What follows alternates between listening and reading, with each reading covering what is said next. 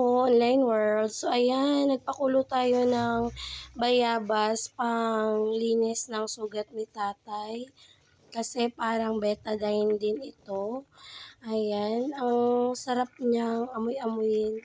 Ayun, dahil may sipon ang person, parang nakakaluwag siya ng nostrils pag lumalanghap ng usok galing dito sa ating binoboil.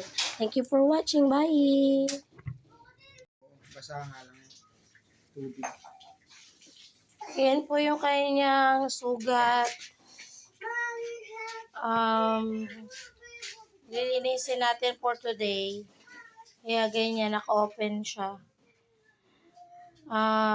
Yung part na lang na may sugat yung namamaga, pero dito sa may taas, wala na. At saka sa paa niya. Ayan. Normal na siya.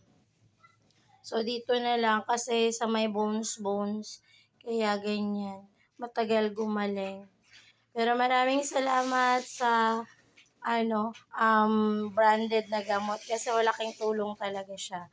That's all. Flex ko lang. Thank you for watching. Bye!